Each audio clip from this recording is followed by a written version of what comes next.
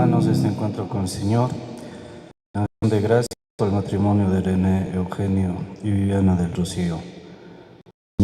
Por intercesión de María Santísima, que intercedan por mí ante Dios nuestro Señor.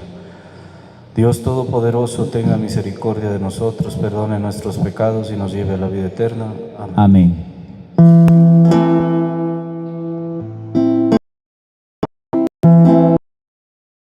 Sí, de ti me alejé.